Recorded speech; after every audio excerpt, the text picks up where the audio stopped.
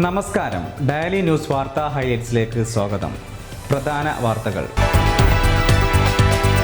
കണ്ണൂരിൽ ഇലക്ഷൻ പ്രചാരണങ്ങൾക്ക് തുടക്കം കുറിച്ച് മുഖ്യമന്ത്രി.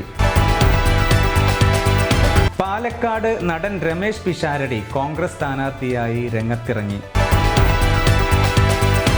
എറണാകുളത്ത് 2020 8 സീറ്റുകൾ നേടിയപ്പോൾ BJP 4 സീറ്റിൽ മത്സരിക്കും. കെ സുധാകരനെ മെരുക്കാൻ നേതാക്കളുടെ ശ്രമം തുടരുന്നു. മുസ്ലിം ലീഗ് അബ്ദുറഹ്മാൻ രണ്ടത്താണി CPM-ൽ ചേരും.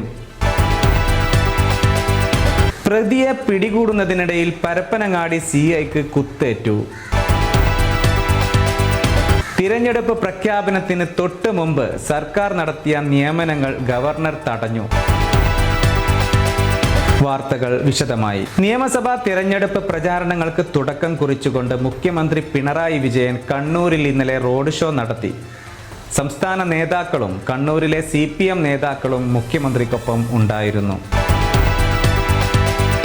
നടനും അവതാരകനുമായ രമേശ് പിഷാരടി പാലക്കാട് UDF സാരഥിയായി രംഗത്തിറങ്ങി.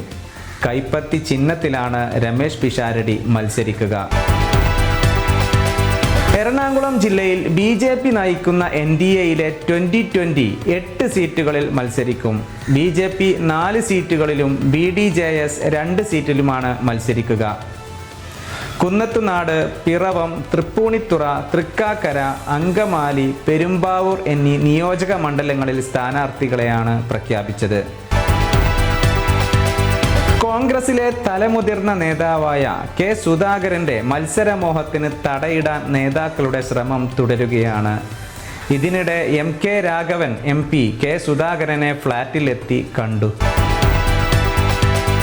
മുതിർന്ന മുസ്ലിം ലീഗ് നേതാവ് അബ്ദുൾ റഹ്മാൻ രണ്ടത്താണി പാർട്ടി വിട്ട് CPM-ൽ ചേരാൻ ഒരുങ്ങുന്നതായി വ്യക്തമായ സൂചന. മത്സരിക്കാൻ അവസരം നൽകാത്തതിൽ പ്രതിഷേധിച്ചാണ് രാജി. മലപ്പുറം പരപ്പനങ്ങാടിയിൽ CI സ്റ്റെപ്റ്റോ ജോണിന് കുത്തേറ്റു. പ്രതിയെ പിടികൂടാനുള്ള ശ്രമത്തിനിടയിലാണ് കുത്തേറ്റത്. അവസാന മന്ത്രിസഭാ യോഗങ്ങളിലും അല്ലാതെയും സർക്കാർ നടത്തിയ നിയമനങ്ങൾ ഗവർണർ തടഞ്ഞുവെച്ചു. തിരഞ്ഞെടുപ്പ് കമ്മീഷണർ, ഇൻഫർമേഷൻ കമ്മീഷണർ, PSC മെമ്പർമാർ, ഓംബുഡ്സ്മാൻ എന്നീ നിയമനങ്ങളാണ് ഗവർണർ തടഞ്ഞുവെച്ചത്.